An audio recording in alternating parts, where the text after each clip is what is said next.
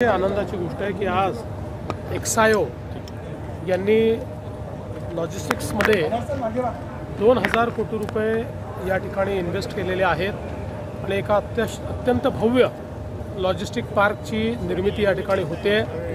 जवळपास 10,000 लोकांना रोजगार मिळेल अशा प्रकारचं भव्यता याच्यामध्ये आहे। ब्लॅकस्टोन सारखी एक मोठी संस्था ही याच्याशी जुळते आहे आणि त्यांनी FDI याच्यामध्ये आणलेला आहे। खरं म्हणजे नागपूर हे मध्यवर्ती असल्यामुळे देशाच्या लॉजिस्टिक्समध्ये नागपूरचा एक मोठा वाटा त्या ठिकाणी असू शकतो। हे समजूनच आम्ही नवीन लॉजिस्टिक पॉलिसी तयार करताना नागपूरलाही एक मोठा दर्जा दिलेला आहे आणि आज या इन्व्हेस्टमेंटमुळे नागपूर एक प्रकारे लॉजिस्टिक्सचे खूप मोठं सेंटर बनतं आहे आणि आज अजून जवळपास 3000 कोटीची इन्व्हेस्टमेंट ऑलरेडी 5000 कोटीची इन्व्हेस्टमेंट त्यांनी अनाऊन्स केली होती। आता अजून 3000 कोटीची इन्व्हेस्टमेंट या ठिकाणी अनाऊन्स झालेली आहे।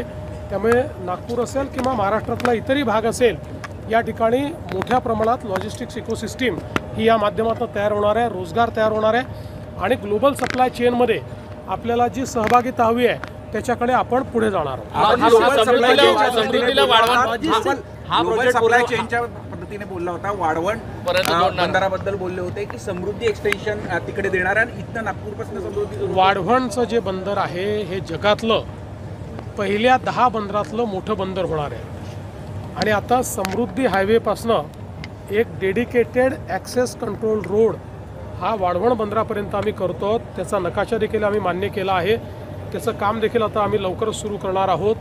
त्याच्यामुळे थेट वाढवण बंदराची कनेक्टिव्हिटी ही या सगळ्या समृद्धी महामार्गाशी झाल्यामुळे हे सगळे लॉजिस्टिक पार्क असतील किंवा वेगवेगळ्या प्रकारच्या इंडस्ट्रीज असतील त्यांच्याशी होणार आहे। हा प्रोजेक्ट सर हे सांगा, हा प्रोजेक्ट पूर्ण होण्यासाठी MIDCनं SPO म्हणून स्पेशल प्लॅनिंग अथॉरिटी म्हणून काम केलं आहे।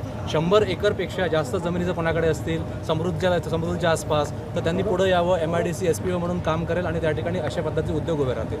आपण जी काही लॉजिस्टिक्स पॉलिसी तयार केली आहे किंवा इतरही आपल्या ज्या पॉलिसीज आहेत याच्यामध्ये आपण फॅसिलिटेटरचं काम करतो। कोणाकडे जर जमिनी असतील तर त्या ठिकाणी इन्फ्रास्ट्रक्चर तयार करणं किंवा त्याच्या परवानग्या असतील, त्या ठिकाणी वेगवेगळ्या प्रकारच्या व्यवस्था असतील या आपण तयार करतो आणि याच्यामध्ये खूप आपल्याला सफलता मिळते। शक्तीपीठ हायवे संदर्भात काय सांगाल? शक्तीपीठ संदर्भामध्ये काय सांगाल?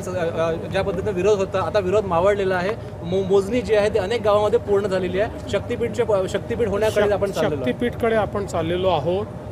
त्याची जवळपास 70% अलाइनमेंट आमची फायनल झालेली आहे। 30% अलाइनमेंटमध्ये 2 आमच्यासमोर त्या ठिकाणी वेगवेगळ्या प्रकारचे पर्याय आलेले आहेत।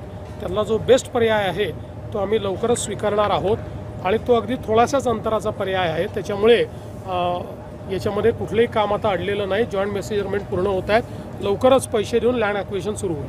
सर नागपुर एयरपोर्ट का ट्रांसफर में थोड़ा डिले हो अभी करीब सारे उसमें के प्रॉब्लम खत्म हो गए।